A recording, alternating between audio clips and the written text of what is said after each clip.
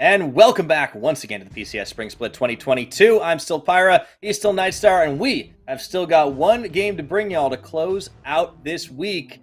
But before we do, I would like to thank our wonderful sponsors, CTBC Bank and Caliber. Thank you for making the PCS happen. Now, Nightstar, on paper, Mega Bank Beyond Gaming taking on Impunity does seem fairly favored towards the former, but there's a lot on the line here, and Impunity have been stepping up. Yeah, there certainly is a lot of standings consequences here for Impunity. If they win, they lock themselves in that playoff spot and really put them in firm contention for not only just playoffs, but also an upper bracket start by snagging that 6th seed.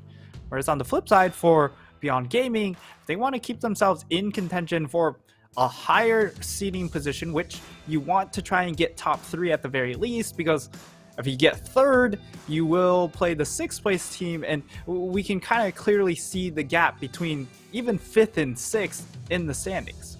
Yeah, and that's a big deal, right? Especially because of how the teams have been laid out. You're much less likely to get into one of those like really tough team kill scenarios, best of 5, because of the squads in there, J-Team, CFO, Beyond.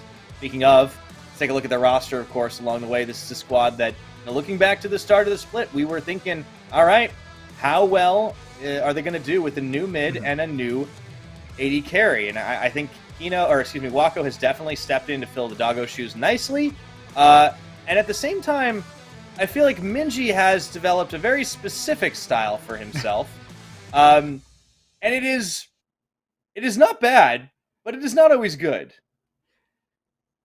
Yeah, and I think Minji's champion pool has been the big issue for Beyond Gaming to adapt to, because last year we saw a lot of Orianna gameplay, which means at the very least, even if you can't find early gameplays, you will be able to still somewhat scale with your team fight because of how Orianna fits into a lot of compositions as just a strong team fighter.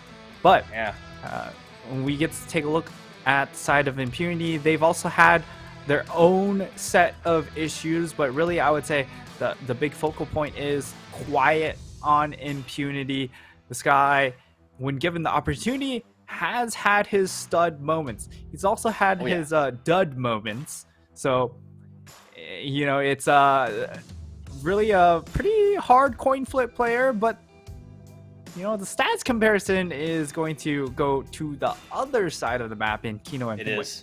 I think anytime you're going to talk about, he's got to be somebody that you consider, because what he does, he's just really, really good at it. This is your classic engage support, and yes, you're seeing that right. This is a dude who plays set. He's drawn bans from it before, but obviously the Nautilus is the most played. He does a lot of Leona. He very much likes to go in. Doesn't necessarily care if he goes out, because he's usually trusting his AD carry to do the damage, and the rest of his team. Pinway on the other side, he has definitely had more success than Kralix, the other support player on the side of Impunity. And he is somebody who has shown a lot more of the recon lately. So I wouldn't be too surprised if we see that hit the ban column on Beyond's side, because that has been a strong point. But we are into picks and bans. Zeri, Tryndamere, pretty standard stuff. And then, of course, the Galio Gwen removed. I do think you have to try and target Quiet a little bit. And the Gwen is very, very strong in the meta. So perma it is. Yeah, I think they're looking at either a Rise ban or maybe the Xayah ban if they want to get Jinx into their own hands here on first pick. Wako, also one of those players that does play the Philios a little bit more than the Jinx, in my opinion, because he wants to be a little bit more lane dominant. But now the Tahm Kench gets taken away.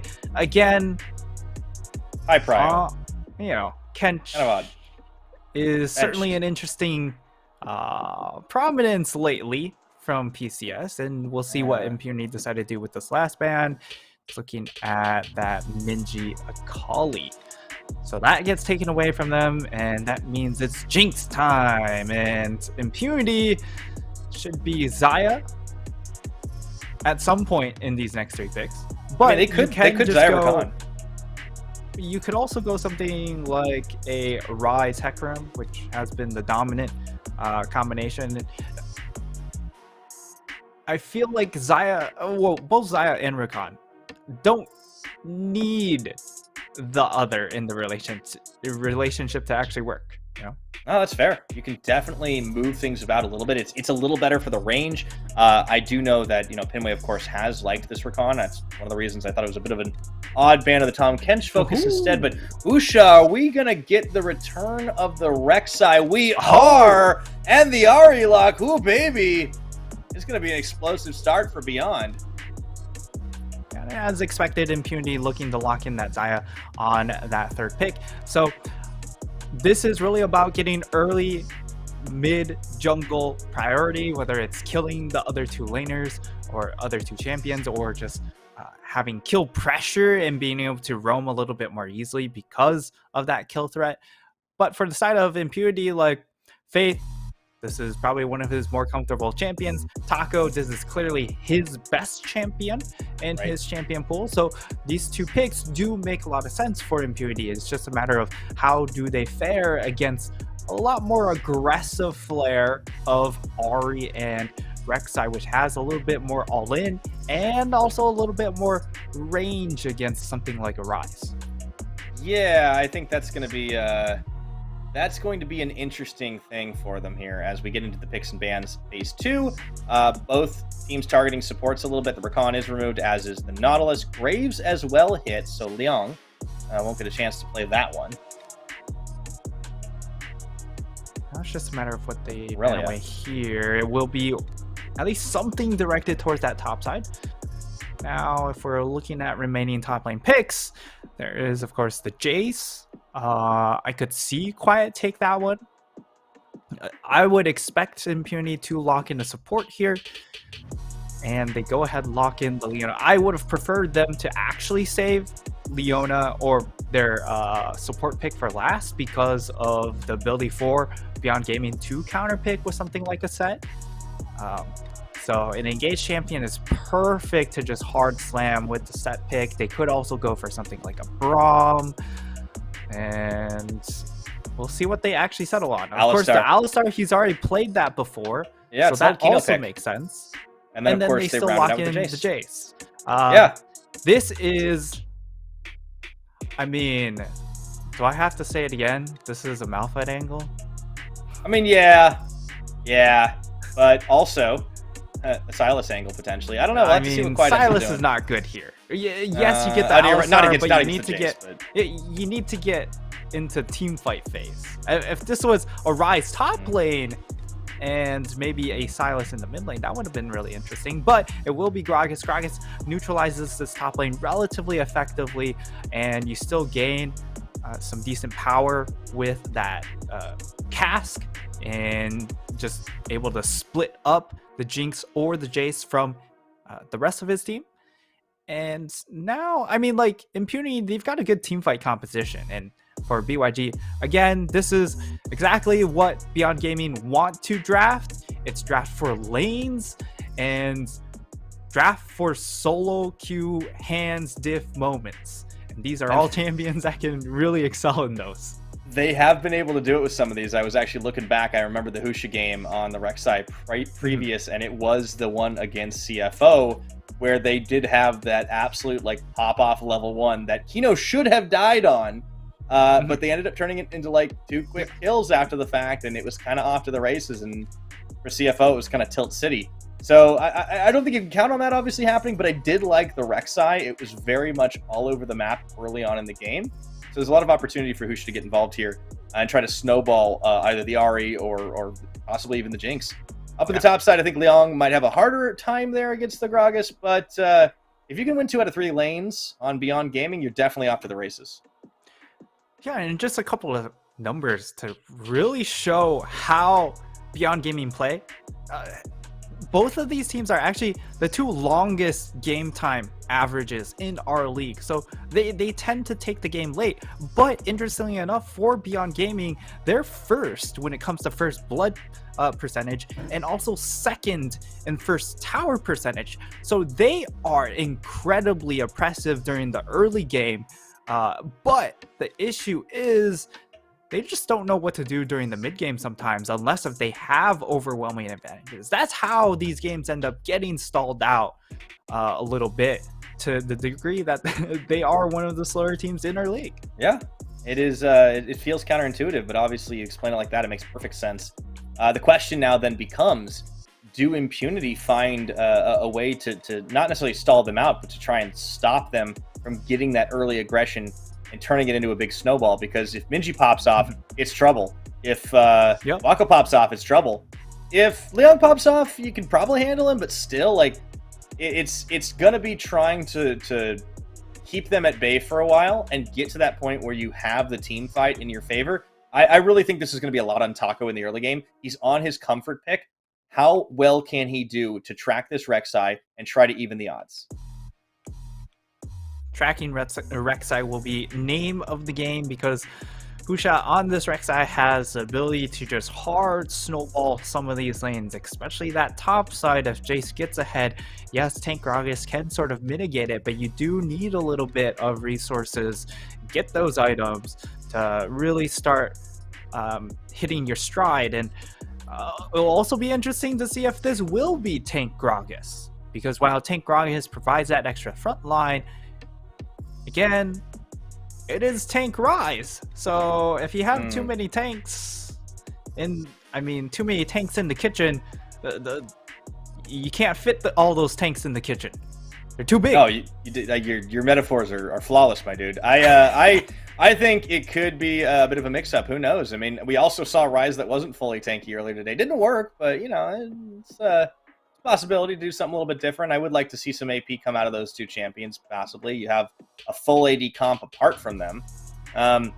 Yeah, you know, I'm just thinking it's going to be all about like hanging on in this early game, not letting Beyond Gaming get their favored snowball. And yeah, the Rek'Sai is obviously a very important thing to keep your eyes on. But we have seen Taco make magic before on Lee Sin, one of the stronger upstart players here, and I think a big part of why Impunity already have a better record than we saw them on in their last iteration in summer of 2021. Yeah, showing a bit of a better look here is we are going to see some of these rune choices. I do like the Gathering Storm picked up, coming in from Beyond and Wako, saying, hey, we know we're one of the longer scaling teams. Let's take full advantage of that. So we're just going to get the extra scaling runes, which makes a lot of sense. I mean, on the flip side, Impunity, I believe Blaze had the scaling as well, but Quiet going for the Scorch, trying to have a little bit extra lane presence here. Of course, can do that now that he also is running the Comet, so a lot of poke damage here.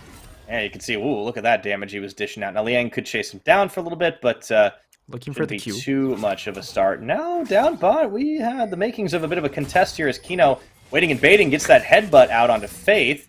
As the red buff has started. That's, yeah, Alistar not exactly a kill threat early. Yeah, nothing's going to happen because Faith also doesn't have any real lockdown at level 1, of course. He's just a Babby Rise.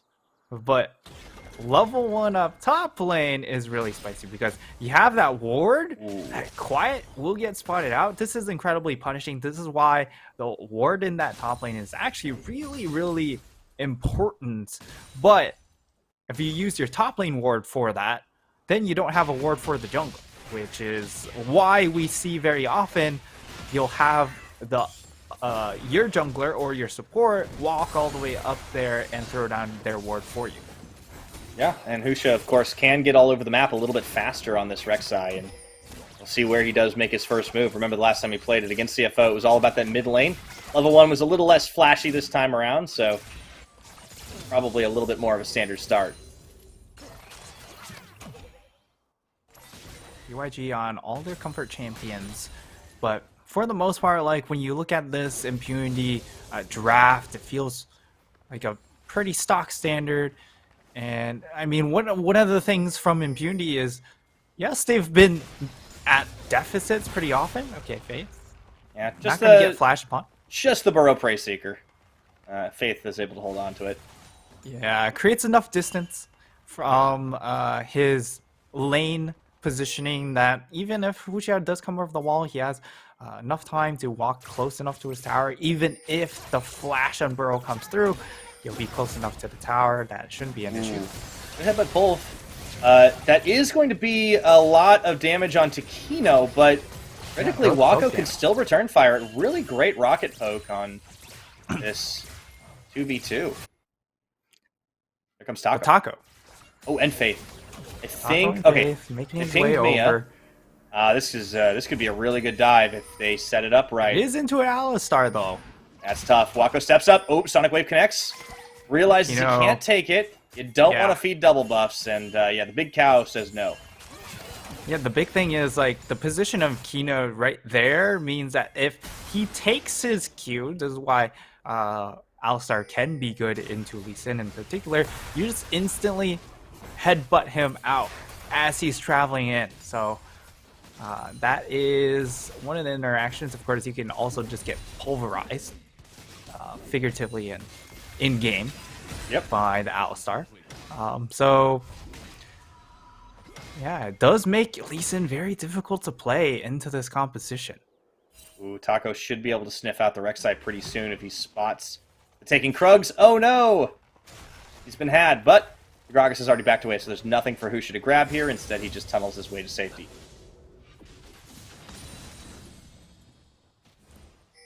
Already, we can see that up in the top side, like Liang, with that extra ward pressure, has been able to generate 12 CS lead up top lane. Yeah, that's huge. And also burning the early teleport coming in from Quiet. Yes, he's most likely going to... actually, he doesn't even need to burn his own because of how large that wave is going towards Quiet, and it will slowly push back towards him. So he can just kind of walk his way back, save his own teleport, which is going to be key because if you do ever get ganked, teleport is a great tool to bail yourself out of bad lane positions after a gank.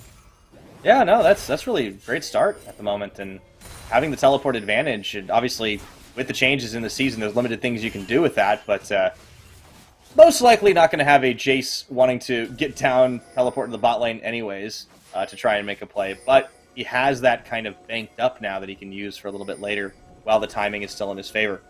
Husha Kino pushing deep into Impunity jungle, and Taco, he's going to go on the Gromp. I think they see this one. Perfect timing. And it's all about the counter jungle. We talked about Taco tracking Husha, but unfortunately, the shoe was on the other foot. Yeah, and I mean, Minji hits level 6, so his ability to roam and make plays, not only because of the fact that he had wave priority in that mid lane, but just the ability to catch out Faith if he tries to match that roam timing is just going to be really hampered. So Taco still level 4. That is pretty impactful in that regard because at level 6, of course, that's where your big playmaking potential arises as Lee Sin. And the longer you delay that, the better it is for Beyond Gaming because, again, this is a squad that's very much lane focused. So the longer you can keep this lane phase is going to look better for you. But at the same time, Impunity, this is a squad that, while they face lane deficits, have found very good play making as a team to mitigate some of those lane deficits. Yeah, they find creative ways to do it. I think that is something we have to give credit to this squad. They've had solid team play. The issue has always come down to like some of the individual execution, it seems, and that's where the worry is, right? Because Beyond Gaming, they've kind of got the individual execution in spades, and the opposite problem where sometimes their teamwork is a little bit scuffed. Interesting kind of clash there of the two teams' strengths and weaknesses. But right now, I mean, you're 7.5 minutes in. You haven't given first blood against a team that is incredibly bloodthirsty. That's a win in and of itself. Sure, you're losing a few lanes, but like, yeah, that's not bad. Yeah. Name of the game for Impunity is to lose somewhat gracefully. And here's Taco. Spotted. Taco will be spotted out. But we now get a little bit of clarity on what kind of build Quiet is going for. It is the Everfrost build, and now Taco going to get cut off. Blue smited down. Should be able to ward hop this. Oh no, yeah, the flash unburrow, and Minji tried to pick that one up, but killed secured. by Husha. Quiet, knocked, bopped, pinball. That's going to be the big barrel as he flashes the wall. But Minji, he wants the kill. Doesn't get the charm, but he does manage to find a deceptive orb. And that's going to be 2 quick picks from Beyond Gaming, turning into a Rift Herald. Yeah, and this is exactly what Beyond like to do, right? It's get first blood and then turn for Rift Herald, where now you have the ability to just hard snowball a particular lane. I wouldn't even be surprised if they decide to just force the play right away, but given how low Husha is, they'll probably just have him use the empowered recall, get that recall off, and immediately look to throw it down into one of these solo lanes where they can heavily accelerate the game through those. Husha's actually taking his time about it. He already had dinner, but he wants some Gromp for dessert. But now he'll go ahead and get that empowered recall off. Game resets for just a little bit here, but it is a pretty decent Beyond Gaming lead of about 1,000 and change. Taco does find scuttle control down bottom, but I mean, that is quite the small consolation prize. And it seems like Husha's making a beeline for bot lane. Now shifting his attention up through the jungle. I think they want to try and Drake fight. Looks like they are considering that play. And given the gold lead on some of their members, it could make sense, but remember, this is the better team fight setup team for Impunity. Okay, they lose the dragon. Immediately get the pick onto Taco, however. So, everybody else from Impunity do back away, but this does open up the opportunity to drop that Herald. Meanwhile, Leung has free plate damage, and he's going to start to snowball his gold lead. This is happening on 2 fronts. Well worth the dragon. Yeah, and I mean, this is a better team fight when they have all their pieces. That's the key thing. When you get quiet there, yes, it changes just a little bit given the fact that he's not full tank Gragas, and instead is going for the more upfront, hey, let's try and skill check you. Build with the Everfrost. Of course, it has a lot of lockdown in combination with the Leona and the Rise, but at a certain point, it feels like you have already more than enough lockdown. So just get tanky, be a front line. But I suppose we have full tank Rise. I think, yeah. But it's hard to tell because he's prioritized getting that lucidity boots. I mean, look, sometimes you have to buy what you get on the backs that you have, and sometimes all you can afford is a bit of a bargain bin, some garage sale items. There's no minions, guys. You can't dive. Yeah. That was unfortunate. A little bit of an extended vacation from mid lane there. It doesn't result in anything for Impunity. And can't even try and take out a blue buff. Hex Flash for Kino. He wants to find Faith. There's the knockup following through. Good pinball. And the Leona ultimate into the Xenoblade doesn't really do anything as Faith gets dropped. Kino, in his own ultimate, is going to be able to hold on for a little while. And Pinway forced to burn his flash just to get away. So is Taco. Nice attempt to kind of read the situation coming in from the side of Impunity. They bring Pinway, they bring Taco over, know that a gank is most likely going to happen, but Faith ends up getting caught out. I mean, it was a really nice play coming in from Kino to get the catch, right? You don't really find any issues with that pathing. You just don't expect that Alistar to just pop over the wall like that. And he gets heavily punished, and now I guess they don't get punished that hard because I think that Rift was going to drop in a second. He took a little while to use it, but that was a bit unlucky, as you might say. Yeah, that was going to be first brick, but Impunity, well, I don't know if it's Impunity that stopped the charge, but Shelly just didn't want to headbutt. Look, you know, Shelly's had a long day. It's been rough, you know. Maybe her head hard hurts. out there. Yeah, sometimes you just need like an ibuprofen, and you just need to like exactly. relax, okay, that's Faith is dead again. You can't be on 100% of the time. Okay, yeah. Whoa. Faith not found. Also, I want to point out 4 kills for Husha in this game. Snowballing ahead on some damage on some brawlers. Yeah, Leong is going to get 1v2'd, but he's 1v2ing pretty decently actually with the level advantage on both Quiet and Taco. And back to the safety of the tower. Oh boy. Oh, that was with a Gragas available, so they actually don't pull the trigger, knowing that Liang still has flash available to him. Now, this is a very low tower, so that's why you see BYG, they don't really care that there aren't going to be minions. Yeah, and into the Jinx rocket. Wako going to be able to secure that kill. Okay, However, that's a big shutdown. Usha does get punished pretty heavily as Minji has arrived to try and clean things up. Faith gets a lot of objective gold, but they will pay dearly for it. Clean up and the tower. Wako gets excited. Not much else to take on the map at the moment, but a big swing still in favor of Beyond Gaming. 5,500 gold lead. This is an explosion of gold going into the hands of Beyond Gaming lately. Yes, you get a nice burst of gold into the hands of one of your, I guess, carries, but unfortunately it doesn't get into the hands of Blaze, which is the real problem, right? Because tank rise. Yeah. There's only so much snowballing you can do on that champion. He does show up and basically get like a Q auto, and that takes the kill away. I feel like if I was Blaze, I'd be just a little bit salty about that.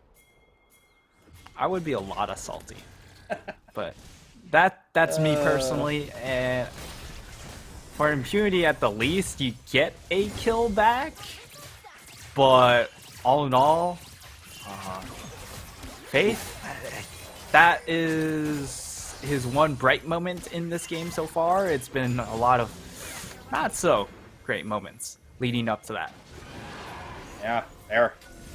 Unity trying to contest on the Dragon again. Husha just gets booted through his own tunnel. Or rather, boots himself through his own tunnel. But again, this Jace starting to push pretty heavily. I don't think Quiet's really been able to find the answer against him as he goes to the skies again. Still the level advantage. This is a good Does opportunity. Get pinballed. That was really good there. Yes. But Quiet is going to get knocked away. Oh, into the flash dash, and oh, what an outplay. That was sweet. Spam the emotes, brother. That was a really, really nice pick off, really punishing the hubris coming in from Liang in that moment, because he does overextend and go for a very bold trade when Gragas is by his tower. Anytime a Gragas is by his tower, he can instantly turn the tables on you. Like, even tank Gragas will just own you in that moment. But that's also the other thing. Tank Gragas probably still gets that kill. So yeah. Could have been Tank Gragas. Yeah. I can't believe it's not Tank Gragas. But after that play, a really good outplay on the top side does spend Leong's teleport to get back into this one. Beyond do still get an edge out of it because they grab a Mountain Dragon. We will have an Inferno Rift this game and another Rift Herald. I would like to see this Rift Herald used a little more effectively. It does seem like the coordination in how to make the objective plays, that's where we're seeing some of these weaknesses from Beyond Gaming shine through. Yeah. At the very least, though, I don't think that last play was really their fault. It was just Shelly just didn't want to. It's a bit unlucky. Yeah, that was very unlucky. Sometimes Shelly doesn't want to play. I mean, she's a little bit moody. If your job is to hit big stone structures all day, which does do damage to you, it is a brutal job. You're gonna have a hard time. Exactly. I think she deserves a break. I think she should get at least a couple of days off a year. You know, it's not too much to ask. Deserves a break? You mean Kit Kat? Yeah, well, I mean, sure, I'm sure she'd love a Kit Kat. Who doesn't love a Kit Kat? That is true. How many flavors have you had of them, by the way? Because they, especially in Japan, they make so many ridiculous flavors of Kit Kat. It's incredible. I had love a matcha one. Yeah. I matcha love so good. the matcha one. But you know what? Impunity don't love shock blast to the face. No, they don't. That's why Quiet spent everything to get that kill. That was awesome, by the way. His flash dash was that was perfectly timed. You can't see the windup. Yep. Really good mechanics there. Okay, and there's a shock blast to the face. Okay, Shelly, you're on for round 2. You had a little bit of a break, but this time charging forward, and they should be able to clean tower off this one. And in goes Tino! What a beautiful engage on the Alistar. Do they have the damage? A great Featherstorm Blade Caller coming out of Blaze. Maybe they can. Husha's already down. There goes Kino. Look at Taco around the side of the turn. Out. On the Realm Warp, he goes in. Faith finds one. And into stasis he goes. Is this going to be the cleanup? Oh my goodness! They get the ace! Impunity! Ooh, a little spicy there. Okay, and the only downside is there's no Baron to take, but wowzers, that was not what I was expecting. And Impunity will earn some objectives. This buys them some breathing space. And you talked about the team fight, Nightstar. You talked about when they're all there. Well, how about them apples?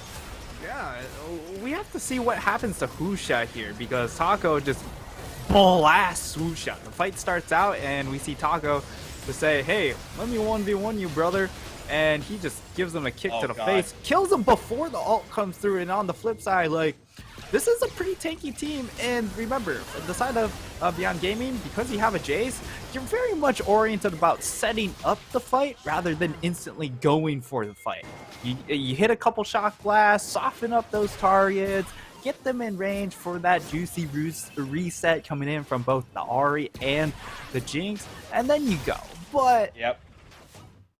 You know, they kind of softened up just a little bit, but the all-in seemed a little bit too eager coming in from Kino. Yeah, I think so, and this is where we're seeing a few issues. I mean, Kino does like to go for the big engage, but his team didn't really have all the sync to make it work. Husha gets taken out unexpectedly early on, and that was what it was. I like how Faith just goes right in, knowing full well he's going to step on a chomper, and that's perfectly fine. He can still just overload his spells when he's rooted. That's okay. And we are going to see it again. And this is why in the mid-game, Tank Rise feels so oppressive, right? Because on just those two items, he feels really annoying to deal with because there's just such a large health pool. But it's really, you know, at 3 items, he is still pretty strong because you get the Frozen Heart, and if he gets onto you, you really don't have a whole lot of recourse. But at 4 and 5, that's where things feel like it turns. So when you need to keep track of that in this game, Quiet will be able to help out in some of that magic damage burden. At the very least, he himself has Azania's Hourglass, so he's in perfect prime position to team fight, able to engage really aggressively and still stall things out by using that Hourglass to buy time. Yeah, it's starting to be a pretty decent spike. Obviously, this Dragon, you'd like to take this if you are Impunity, but I don't think they feel like they want to get into another 5v5 just yet. Waiting on the Fimbulwinter to complete as well. They do have inside track on mid for a little extra gold game. Zoning them off. Really nicely played, but they're not going to finish the job just yet. Okay. They're stuck in a choke. Minji. They do have the one root, and Featherstorm's going to come out a little early. Oh, no! The Blaststone betrayal! What was that? Oh, dear. And he fails the flash, too. And Blaze is left for dead. What a betrayal. I don't know what to say. You know, sometimes you see brilliant moves, and sometimes you see that. That's going to be a Baron trade now for this inner tower being finished. I feel like we'll get a replay, but I really wish we could just run some yakety sacks over it. Can we censor the blast cone? How? You see everyone go in different directions. Everyone knows what happened, Nightstar.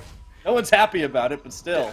They all walked in different directions. They decided on their own, Pyra. There was no blast cone. Okay, let's weird watch this yakety again. sacks.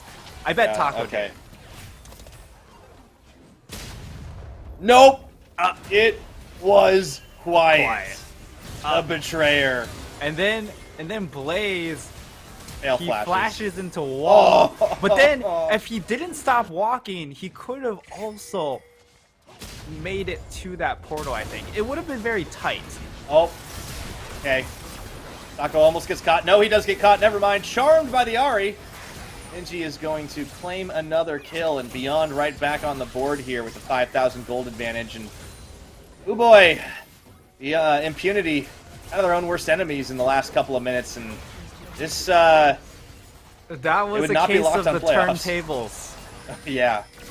Well, yeah, more of a record scratch moment, but anyway, caught under the Jinx, snap traps, and into the perfect timing on the rocket. Beautiful play there from Wako.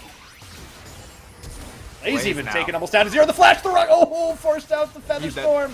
It's going to be enough. Husha can just jump on his face. I think this might be. I think this game. They're timing it. This could be game. Yeah. Yeah. We're going home soon. All right. Quiet throws out the party barrel. All right, finds one.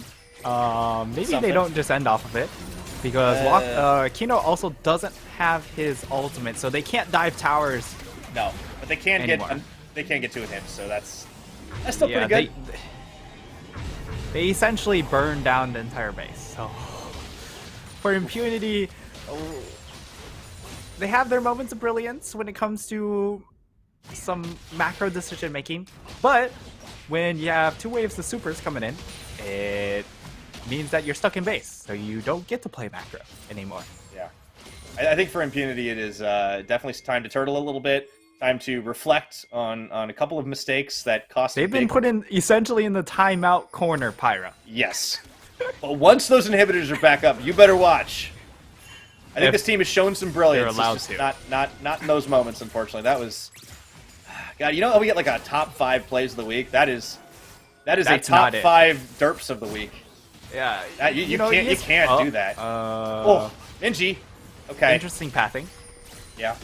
Taco, that pathing is a bit inexcusable.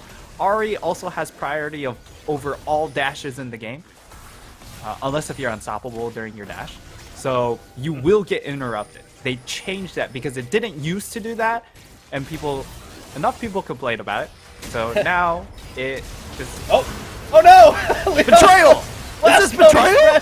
What is the blast code in this game? That is going to be still enough for them to clean up 1-for-1. Just too far Maybe they ahead? just wanted to make it spicy here, Nightstar. The counter engaged Impunity. No, they gotta it's go. close. Or they're gonna go. Husha gets It's the kill out on the close. face, but this is still a 3v2 right now. But critically, Wako can't is the kill one past up there. Wako. Quiet has to run out of his own base. Pinway and Blaze taken down Pinway's not to tanking. almost nothing. And if they can just end off this one, it would be some Wako 2-stepping, but they're not going to do it. Settling for just the Nexus turret. Oh, what a unnecessarily close fight.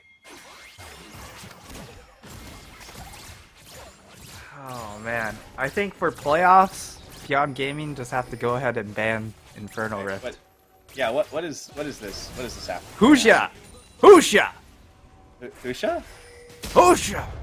Oh no! Yeah, what? He's trolling. He's got to be Brother trolling. Husha. You know, I think he saw what Quiet did and was like, you know what? I'm gonna make you feel a little better. We both get one, and they still like get a Nexus turret out of this, but. I mean, it stalls the game out. Yeah, they're doing it to themselves now. Beyond Gaming, they want to keep their game time high. They want to get. They want This to get time, a console. it's a correctly used blast cone. Yeah, there you go. But there's a Oh, flank. Quiet. Oh no. Yeah, he's caught between everybody. He Hourglass? does have a big No one barrel, there to but catch he's up to. got inballed. No point in even using the ultimate. Didn't have flash. Ouch. Yeah. Well, now Beyond Gaming have an opportunity to try and end the game because Impunity, the catch potential is a lot harder unless Taco finds some sort of deep flank, but at the very least, Kino's running relatively good interference, and now they have vision of where Taco is, so it's very hard now to get a pick onto Wako, especially when they have so many tools to stop the Lee Sin, right? Again, we mentioned Alistar, but also the Unburrow coming in from Husha and the Charm interrupt from Minji. So this is very difficult for them to play. Yeah, last inhibitor going to be taken down. They used Jinx ultimate just to zone Blaze away. One Nexus turret is all that remains. Impunity. They needed to lock this game up to lock a playoff spot. They still, of course, seem like a likely in, but it's going to be up in the air for a little while here. And Beyond Gaming, huge for them to get the W because it helps them to secure their playoff position. You want to try and earn that 3rd seed so you don't have to face off against one of the stronger teams. Goodbye, Binway! Wako's going to come up with the kill credit for it. Taco may be locking up Husha, but unfortunately, his team is getting locked up and taken down to 0. The kill onto Husha comes through. Wako taken low. It's not over yet here, Nightstar. They're still fighting, and Taco sustaining finally goes down. Can they just kill think Wako? Beyond are done playing. I don't think they Hi, have Blaze. that All far. right, that's GG. 28 minutes on the clock. Beyond Gaming will get themselves another W, having a little bit of fun with their food here, but that is going to be GG. All right. We had a bit of extracurriculars going on today by Beyond Gaming in that, and certainly some from Impunity. Man, I don't like, if I'm Impunity's coach, I am so sad because it's so hard to review the game after that blast cone moment. Yeah, Because- that was a boom cone. Yeah, the morale must have just plummeted after that play. And then at that point, you're also at a gold deficit that just ballooned out of control too. So a lot of things in and out of game just instantly go south. Yeah, it's unfortunate when like one mistake can change all of that. They were already in a rough situation, but they had shown the ability to fight. You know, let's not forget they had taken an ace not long before then. But you're right, how the turntables, and it was just kind of. I mean, Clement would call it a head scratcher, but like I think I'd be scratching all my hair off at that point. That was really just such a unfortunate moment that cost an incredible amount of gold to just balloon, and it made Beyond Gaming's game plan so much easier to execute. So for Impunity, I mean, you can go back to the drawing board, but you're right. Like, what do you review? It's just like don't do that. No blast cone for you. It's such a small thing, but it means everything. Yeah. Again, this is a team that we look at their macro, we look at how they move around the map, and we see some positive things in that regard. But then you get these really strange small decisions like pathing, taking shortcuts in your pathing, or just small mistakes like hitting a blast cone when everyone's not ready. Yeah, And the amount of pay, like, it's ridiculous how hard they get punished on these small blunders. That's the big thing, right? And I think it's because it happens against these teams that really know how to take advantage at a moment's notice. I mean, Beyond, for all their trouble closing games, when teams serve them up mistakes like that, they smell blood and go in very quickly. Like, when it comes to an individual level, they all know to go in there as fast as they possibly can. I think that's one of the reasons why this team is still a very big threat. But on the Beyond Gaming side, I would like to see some cleaner play from them. They might have been having a little bit of fun at the end there, but all the same, this is a team well on its way to trying to lock up that third place spot, which is not easy to do in the current crop that we have at that top half of the table. Yeah, and at the very least, it does look like they are discovering their own style, and that is literally pick comfort champions and literally play for lane, and we'll just cop up things together. You know, we're putting a jambalaya, and hopefully it tastes good. Hey, you know, if it works for you and it's not hard to mess up, you might as well keep going for it. The issue is if that gets sniffed out by other teams, the stronger teams in the league can try and pick them apart. But for the time being, in the regular split, it is working for Megabank Beyond Gaming as they do get another win on the board and start to put some separation out for themselves as they try to climb up the standings. I believe they did tie up with CFO after this, and it's so close in that top 5, Nine Star. Critically, though, Beyond Gaming still have to rematch PSG Talon. They were the only team to beat them until today. Yeah, and when we look at the standings, it is only 13 wins for the side of PSG. I think they could have possibly locked in one of the top 2 spots if they had won, but they do come short, and Wako will get the MVP because he didn't hit the blast plant. Yes, he didn't. He wins the most. It was Husha, most aware mechanics. Yes.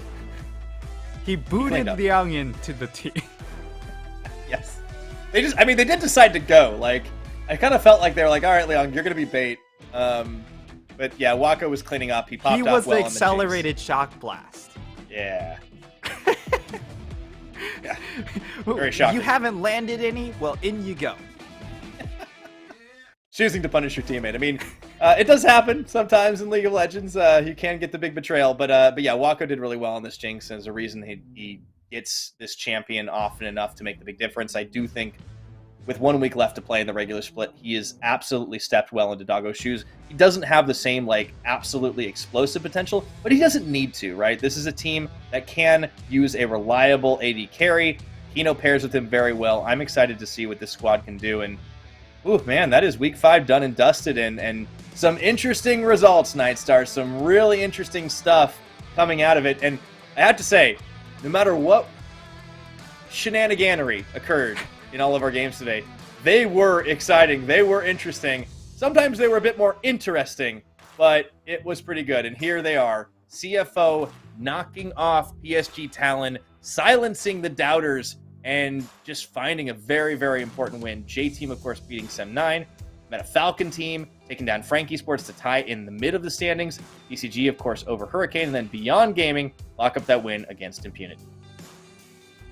Yeah, and the most important win was the CFO victory, because that means that first slot is still very much up for grabs here for really everyone in that top 5. Only 3 games left, so PSG Talon, if they win one more, they lock themselves into a top 3 position. But for Flying Oysters and Beyond Gaming, you can still get a bye from this spot, and that is really, really critical here. Top 5 is absolutely stacked right now, and I think this is the difference between this year's PCS and some in years prior where it has been a little more top-heavy.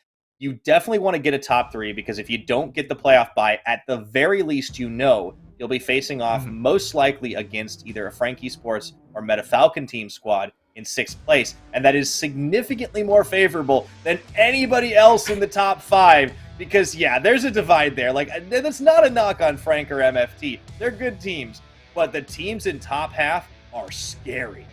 Yeah, and the other big difference from previous years is that it feels like any of these 5s, if they hit a hot streak, can just go ahead and run away with the title. So it feels a lot different from previous splits where it was like, you know, really just PSG Talent, but there's a chance the 2nd place team could get it, maybe the 3rd, but you're never really looking at 4th and below, even though they are clearly better than the lower half of the standings. Yeah, I think this year it's so hyped to see 5 teams that really could all contend, in all honesty. PSG still looking like the favorite, but so many others. Let's take a look at our matches upcoming for next week. We are going to open up with J-Team versus Hurricane Gaming. MFT look to try their luck against a revived and revitalized Flying Oyster. BCG take on Frank, Beyond Gaming against Sem9, and PSG will face off against Impunity to close us out. Some clear favorites in those games, but we have seen some surprises already, so who knows? Yes, definitely clear favorites all around, as it is the top half of the standings versus the bottom half on day 1. So expected results, sure, but if any of those expected results don't go as expected, all of a sudden things are in really big turmoil. Oh yeah, we start to get some really interesting scenarios. We could be in for some fun tie breaks, Nightstar, but it has been an absolute banger of a day, and it has been so fun. So, on behalf of myself, Nightstar, Harry Live, the whole PCS broadcast team, thank you so much for watching. We will see you next week as we close out the regular spring split.